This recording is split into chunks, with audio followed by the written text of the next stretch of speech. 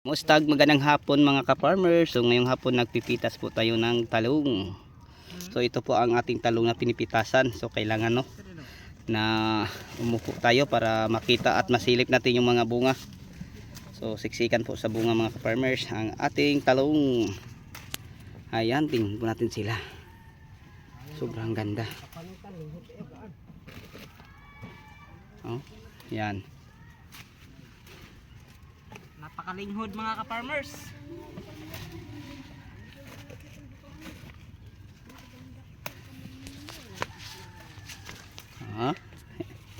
Siksikan sa magandang bunga ang ating talong.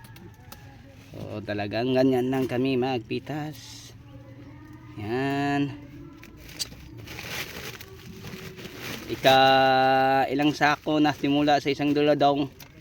Pangatlo na to. Pangatlo na to mga ka-farmers, no? Simula dito sa isang dulo, papunta rito pangatlo na. So malayo pa oh. Kasi ang isang linya ay nasa 300 po kapuno. Ayan, ano ba yan ka-farmers? Yan. So yun po ang mga bungang makikita natin sa ilalim. So wala pa lang siya sa kaya lahat ay malapit na magtatlong sako ang kanyang napitas. So tingnan natin kung gaano karami ang bunga sa ilalim. Yan. Sikan. Kailangan nating upuan para makita po natin ang pwede nang i-harvest. Yan. Yung mga lalaking bunga yun na po ang pwede.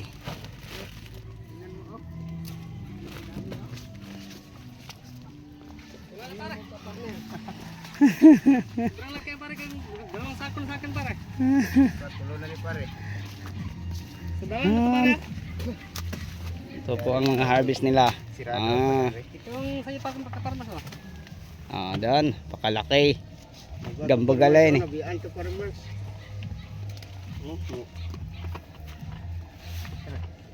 Wala letter. Hindi ilaw ito. Malaki yung mga talong ka farmer. Yan. Oh, malaki. Yung nag-harvest ka farmer. Gambagal. Yung nag-harvest ka farmer, malaki yung talong niya. May kasama Yan. pang dalawang egg. So ito po ang mga harvest, no.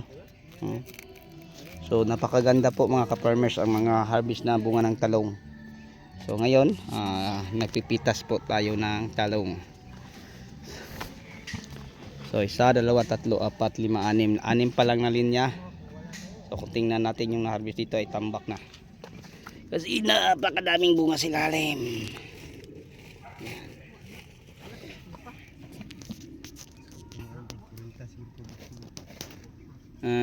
Isa ka po, murag 40 ka bunga. Yan, tingnan oh, isang puno lang oh.